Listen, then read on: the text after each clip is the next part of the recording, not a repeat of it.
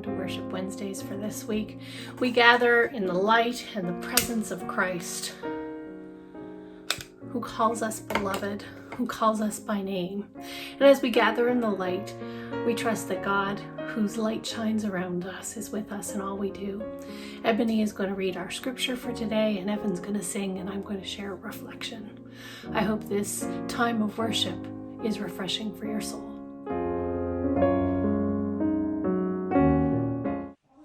Today's reading will be coming from Psalm 46.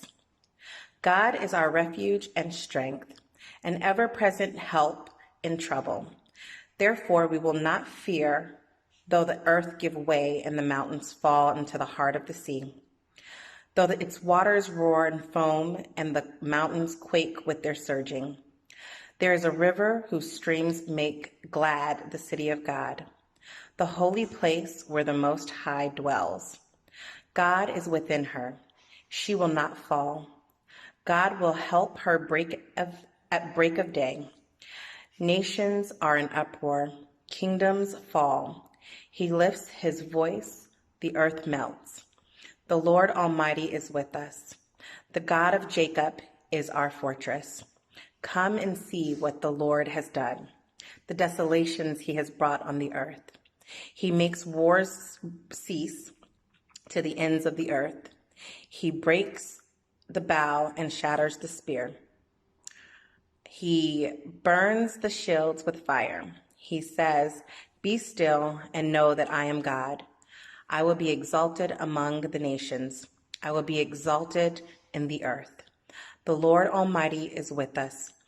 The God of Jacob is our fortress." I've been grumbling a lot lately. I don't know about you, but there are things that I just go, I don't want to do this anymore. I don't want to stay at home anymore. I don't want to limit my grocery shopping to once a week. I don't want to have to plan meals. I want to eat food in a place that I don't live and that I didn't cook. I want a haircut. Those are my grumbles. But I think the grumbles cover up a deeper sense of loss. Those losses that we've all experienced since the middle of March, when we were told we needed to stay home. The losses of, for me, the ending with my classmates in the MBA in social enterprise. For my children, their leaving ceremonies from the school. I think of all the people who are supposed to get married this summer, who wanted to have big celebrations and who can no longer have. Some people have opted for smaller ceremonies. Some people have postponed weddings for a year. I think about the loss we feel about not being able to go to church or not being able to go to the gym, to places that are meaningful to us. And I think those grumbles are really about that deeper sense of loss. And it's not something we have control over. There's not choices in it. I think about our kids who've lost part of their school year, who are struggling to adapt to this strange new kind of normal. And it's hard. It reminds me of the ancient biblical tradition throughout the Psalms and some of the prophets of lament. Think of Psalm 137. We hung up our harps. How could we sing the Lord's song in a foreign land? But somehow the Psalms of lament also include words of praise. Think of Psalm 46. God is our strength and our refuge, our abiding place. So we have this pattern moving from lament to praise to hope. This week I listened to Nadia Bolz-Weber's sermon to the women in the correctional facility in Denver. And she talked about different kinds of hope, not just rose-colored glasses hope, but gritty hope. Hope for when everything is lost. I think it's like, I was watching the Guardians of the Galaxy last night with Scott, and he's talking about this group of losers because of all the things they've lost, whether it's family members or lives or connections with people, and they're moving ahead into some kind of new future. They don't know whether or not they're going to succeed in the battle that lays ahead, but they're hopeful and they're in it together. I think that Nadia Bolz-Weber called it gritty hope. And I think that's the kind of hope we need right now, gritty hope. Hope that we will get through this challenging time. I see the glimmers of it. The Black Lives Matter movements makes me hopeful that our world can change for the better. I see all these people banding together and supporting, and I'm so hopeful that after all these many hundreds of years of discrimination, that our world is going to change and change for the better. And I think some of the blessings of COVID-19 are that gritty kind of hope. For me, it's been that less hectic pace. And even though I want to leave my house, there's been a blessing of being able to stay home. And I think I find hope in the conversation about living wages for people, because this pandemic hasn't hit all people in a proportional way. People who live from paycheck to paycheck are suffering more. And conversations around the need for a living wage so all people have enough bring me hope. So as we move through this time of pandemic and into new phases, we can lament and we can grumble, but also cling to that gritty hope that reminds us that God is with us and God has a future in store for us, so different, one where everyone is included and where everyone has enough. Let us live into that gritty hope. Let us work together to make it so. Amen.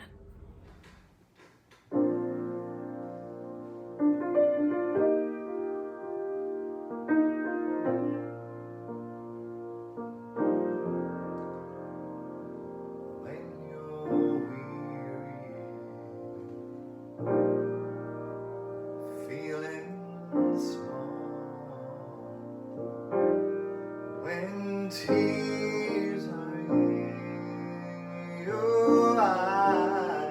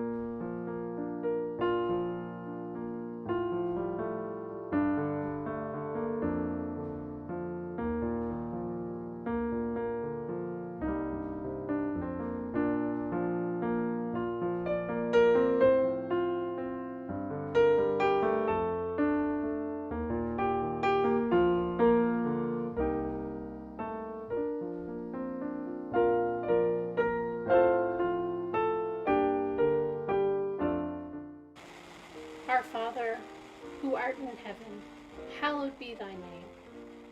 Thy kingdom come, thy will be done, on earth as it is in heaven.